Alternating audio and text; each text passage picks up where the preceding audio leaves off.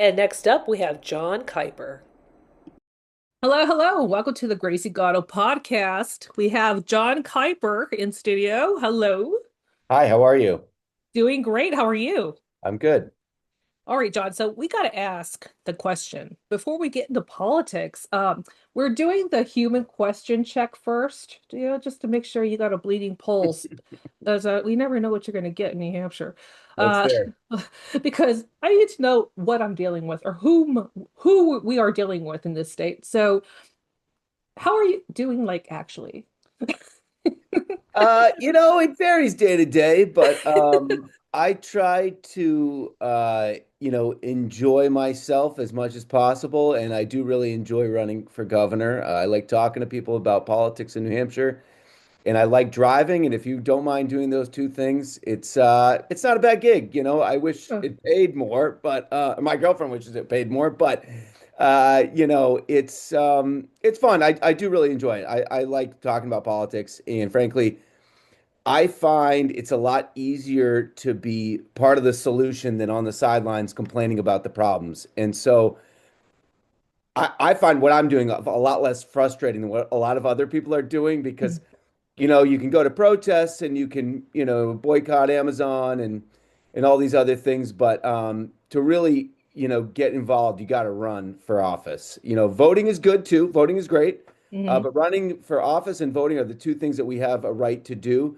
And I would encourage more people to do it. I was on the town council before I ran for governor, and I had a lot of uh, you know, affected some change there that was positive. And Mhm. so there's a lot to be said for getting involved in politics, even if you're not going to win, just to move the conversation along, to hold people accountable.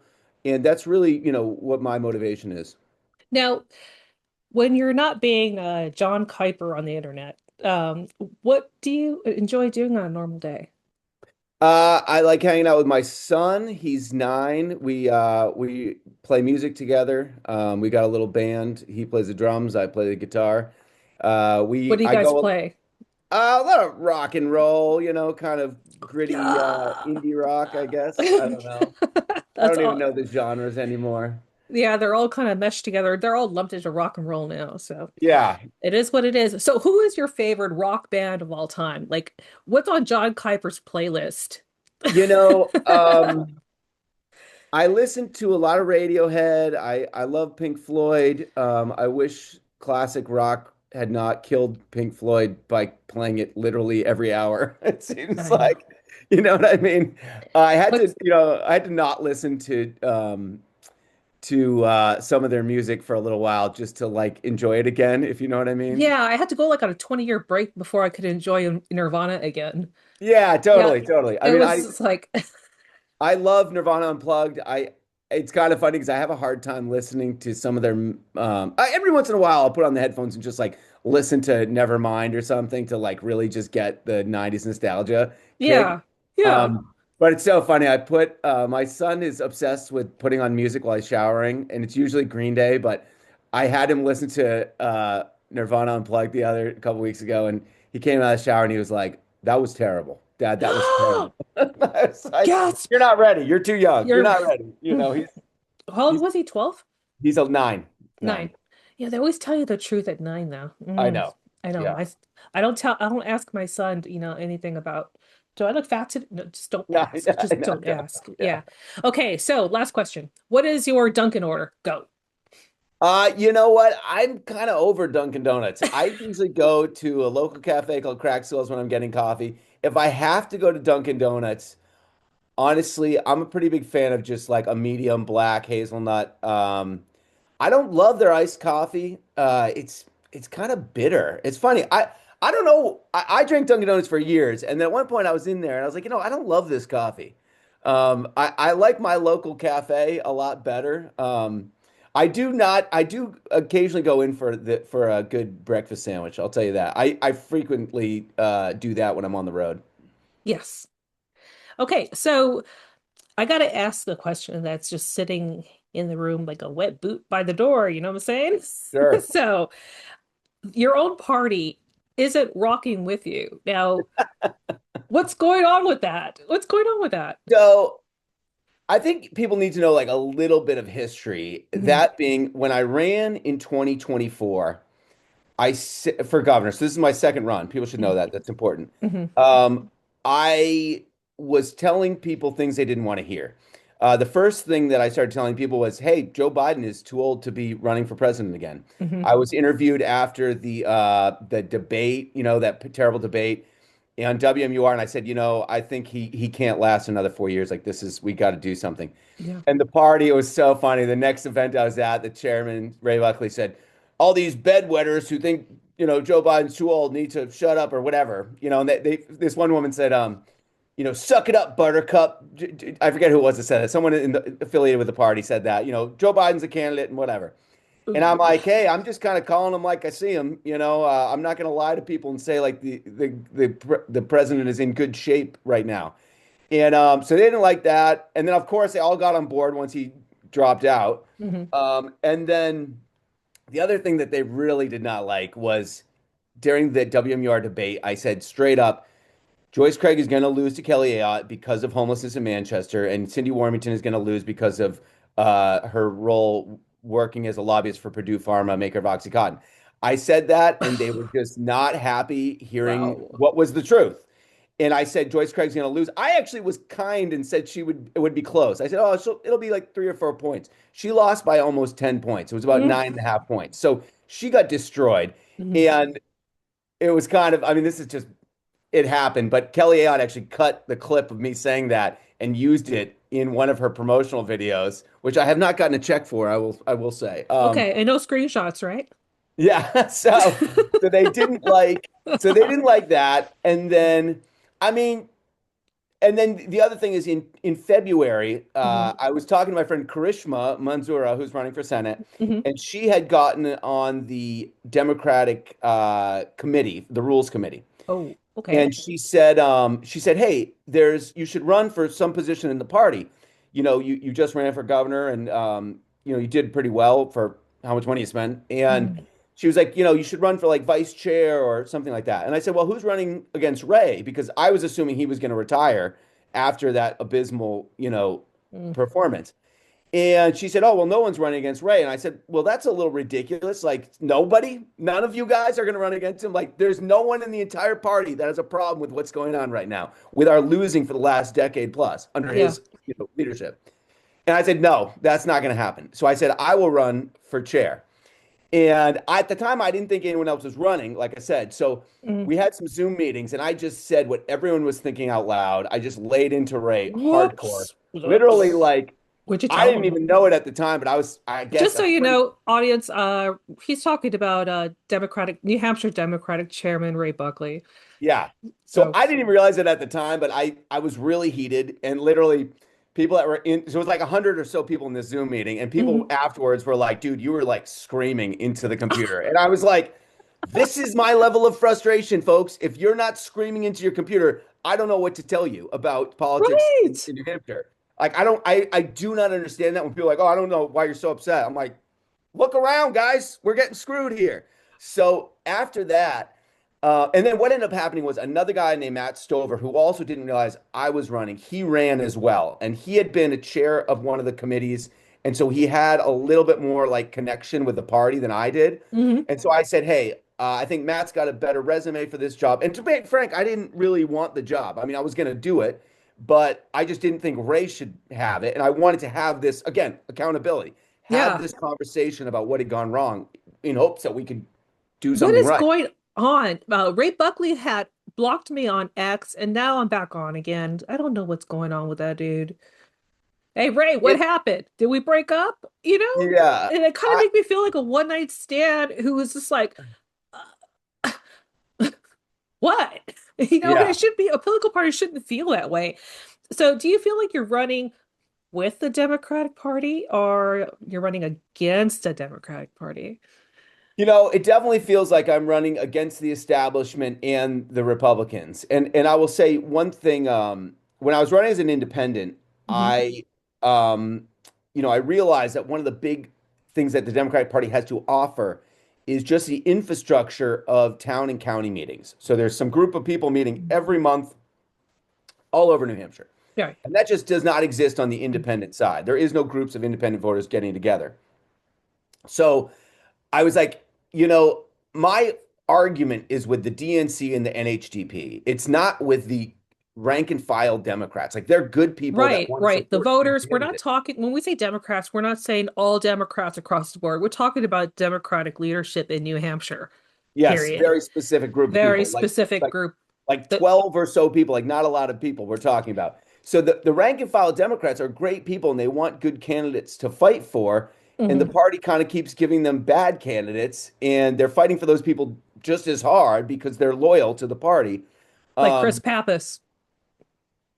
yeah, so I mean, this is kind of the issue where I felt after my campaign, Mhm, and I've seen this a lot around the country, is primaries is where, progressive candidates go to die. And it's mhm. not really the fault of the party.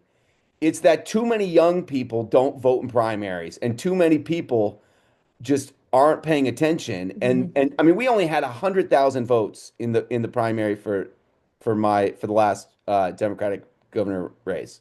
So if the Democratic machine won't back you, so no endorsements, no donor train, no little insider brunches with the matching blazers. I mean, how do you plan to win anyway? Like, Yeah, so I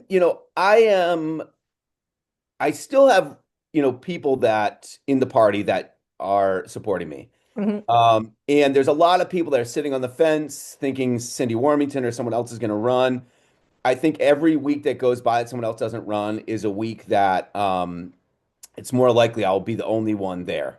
mhm, Now, it's important to note we don't actually file, no one files for governor until June 12th, I think it is this year, mhm. is the deadline. So a lot of things could happen between now and then. I've floated the possibility of running as an independent Democrat Yeah, and just skipping the primary, just getting the votes to be on sorry, not the votes, the signatures to be on the ballot in the general election. But frankly, let's be honest, it's a two-party system. You got to pick a team. It sucks. it sucks. And I wish that I could change that, and I would love to be part of that. But to me, it's just a calculation of, which scenario is the most likely where I end up governor. Mhm. And so that calculation changes literally week to week for me. And we're constantly sort of asking ourselves, is this, and at a certain point, a couple days ago, I was doing the math just kind of all the things that had happened since I became a Democrat. I was kind of doing the math, the pros and cons, and I was like, it's not that they're just not supporting me, they're actively trying to sabotage my campaign, which That's messed up. is like, I don't get it. They have no other candidate. They I can't find a candidate. Like, I feel like vote I with am that. the child of divorced parents between the Republicans and the A Democrats. 100%. You know, Yeah. it's like mom, dad, stop fighting. Well, and So, there's this attitude like from both sides, and it's like, hey, from the Republicans, it's like, hey, what are you going to do? Like, leave us and go join those purple-headed freaks in the Democratic Party? And the Democrats are like, what are you going to do? Leave us and join those neo-Nazis on the other side? And it's like you're, I feel like an abused, like we're in an abusive relationship that we can't get out of, it's very and toxic. And it is. yeah. So can you, what is your plan to build a real campaign without the without the gatekeepers? Like, what is the blueprint? It's definitely been done before. Mhm, I think. And this is a conversation I've had with people that are running for Senate. I believe it was Carol Shea Porter, who was one of our congressional representatives. She was an outsider that was not blessed by the party. So it has been done in mhm, recent years. It's definitely harder, but it's not impossible. mhm, And the thing about it that's kind of cracks me up is all of this is mhm. proof to me, to the independent voters, that I'm the guy. You know You what I are mean? the guy. They You they are the reject, like, guy. the fact the Democratic establishment is rejecting me is, to me, great. That's great. Yeah. It shows that I'm not part of this machine, that I'm not beholden to them, and that's why they don't like me, because I frankly think they don't like hearing the phrase tax the rich. I think that scares them. I think they're afraid it's going to scare their donors. And I think that's really the big issue, although they try to make it seem like it's these other things. I really think it comes down to that they don't want to support economic reforms that we desperately need in this country. That's uh, yes, you have my vote. John Kiper, you have Thank my you. vote. So let's talk. I have a couple of questions here from people who want to hear from you. Sure. So, the Democratic establishment in New Hampshire isn't supporting you at all. Why? We just answered that question. Um, are you running with the party? Are you running against a party? We did that. If the New Hampshire Dems won't back you, blah, blah, blah. Hold on, where is it? I had a question about guns. And now, do you think the Democratic Party should actively invite gun owners and gun enthusiasts into the party, or has that ship sailed? I 100% do. I 100% think that we should. One of the benefits of owning a restaurant as a politician is that I've spent the last decade talking to all sorts of people, all sorts of people, Democrats, Republicans, libertarians, socialists, communists, independents, whatever. Yeah. And I will tell you that there is not a lot of people, but there is a chunk of people in New Hampshire who align with Democrats on almost every issue except for gun ownership. Hmm. And that issue to them is the most important one. It's a primary voting behavior or motivator. And so I'm a gun owner. I've done the hunter safety course. I've never gone hunting, but I did it so that I could, safely know how to manage my weapon, my guns, my firearm. Yes. And I I think that it's something I wish more people would look at the facts about. Yeah. For instance, the last campaign, Joyce Craig and Cindy Warrington both pushed a AR-15 automatic weapon ban. Okay. Now, this was politically just not a well-informed decision. And they did it Mm. because of funding that they got, at least that's what I'm guessing. And the reason why it was a poor decision is New Hampshire's Senate map is very gerrymandered for the Republican sake. So there's no world in which you're going to get any sort of gun ban past the Senate. And by advocating for something that you can't get done, all you're doing is losing independent voters. Now, Can I'm sorry, sorry. yeah, Yeah, can Democrats support the Second Amendment and public safety without sounding fake? I think we have to. If you look at the numbers, the since 2020, the people buying firearms, the biggest demographics are minorities, women, and people in the LGBTQ community. Hmm. So leftists, people on the left are catching up. We're not nearly at the gun ownership rates as of people on the right, but I think everyone's realizing, like, hey, Mike, like, and this is a true story. This happened in our town. Hmm. Probably, I think before the 2020, maybe 2019. There's a guy who I know from town. I've sat next to him at the bar, and on our town Facebook page, he was saying, something to the extent of like, we're not going to do violence unless the, Democrats try to institute socialism. Mm. And I'm like, man, I know you. Like, what are you talking about? Like, this is Right? crazy. Yeah, And it's like the crazy idea town. that you would want to disarm now, like, is to me madness. And I think statistically, people need to look at some facts. The But what? vast majority of gun violence is handguns. Mhm. So banning AR-15s is actually going to make almost zero impact on gun violence statistics. Mhm. And I think that's just an important fact for people to know. Where's your red line? What gun restrictions would you refuse to support, even if your party leaders pushed it? It would really depend on the bill. It would really Mhm. depend on the bill. It's hard to say without looking at, yeah, the actual wording and the impacts. I do understand the concerns, for sure. Yeah. I don't want to dismiss the fact that gun violence is an issue in our country. It's a huge issue. I would say New Hampshire, by far, is a very safe state. We Mhm. just do not have the issues that they have in some other places, and frankly, a lot of our gun laws work really well. I had a relative who went to a gun shop Mhm. to buy a gun, and he was not mentally well, and they refused to sell him the weapon. Mhm. Which I found very reassuring. Mhm. That said, I've heard stories of other people that probably should not own firearms that are owning them, who are, Mhm. maybe not in a mental state to have that. Right. but this is a thing that I thought of many years ago, and this is what we have to be careful of, is when we start creating red flag laws, we need to be very careful that administration like the Trump administration doesn't Right. say, hey, being a Democrat is a mental illness and we're going to take their guns. Well, TDS is a real thing, but it can go the other way too, like Yeah, the other way. totally. Yeah, So, agreed. okay, so let's take it back a bit, and I've noticed your online presence is intense. Like you are on it. You're on your social media. So if you become governor, do you change? Well, if you become governor, do you change your tone, or do you think your style is part of the leadership? Like, are you Hmm. still gonna be a like if you become governor, if Yeah, you yeah. I think that the important part of social media is one, it's free.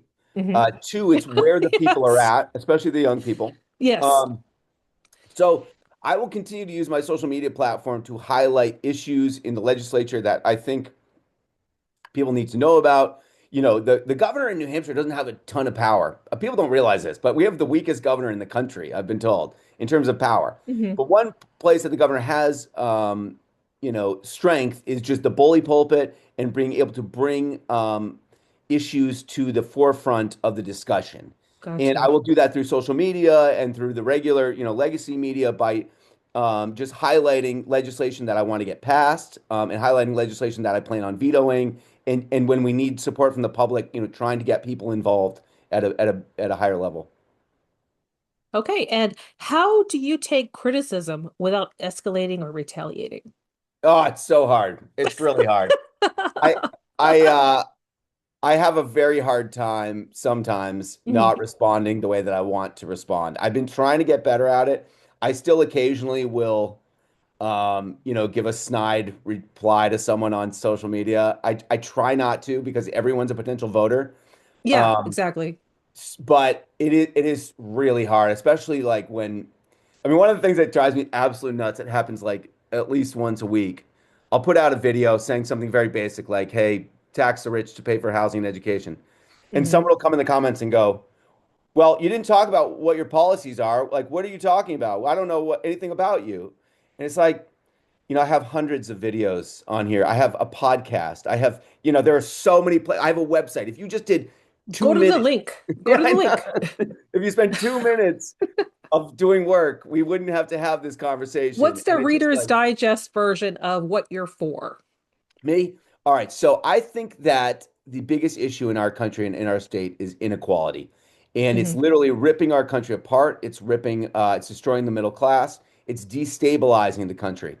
And the only way to solve that is to tax the rich and to use that money to fund education and housing. And in a practical way, if we did that in New Hampshire, it would lower property taxes as well. Okay, in 4 years, what do you want New Hampshire to feel like for regular people?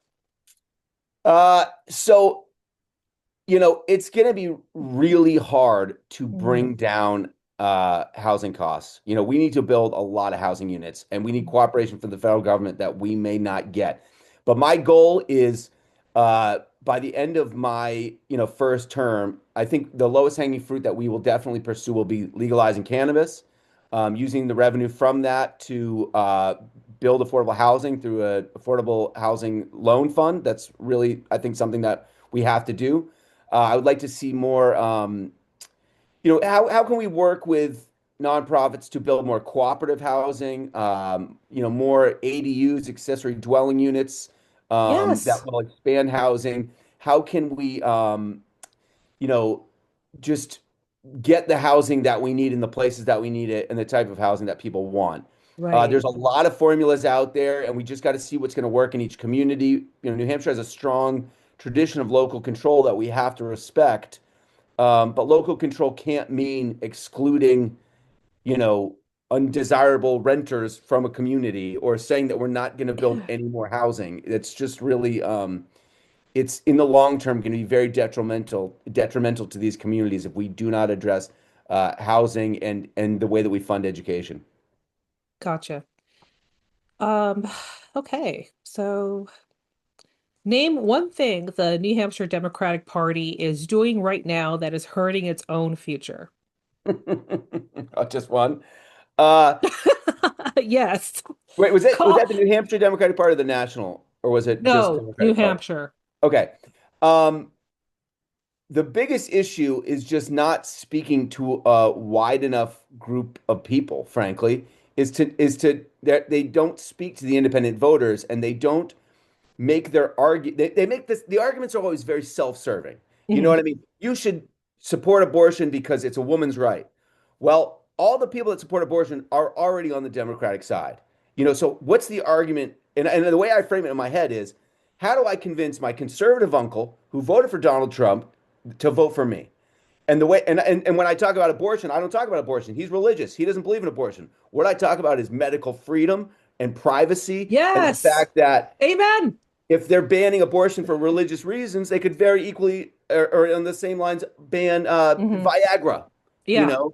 And a lot of old men like Viagra, and it really has no medical, you know what I mean? Yeah. Medical purpose. Oh, women like Viagra too. Yeah, I Yeah. think everyone likes Viagra, but so that's really the where I'm trying to come from is make the argument for the independent leaning conservative, not the Democrat.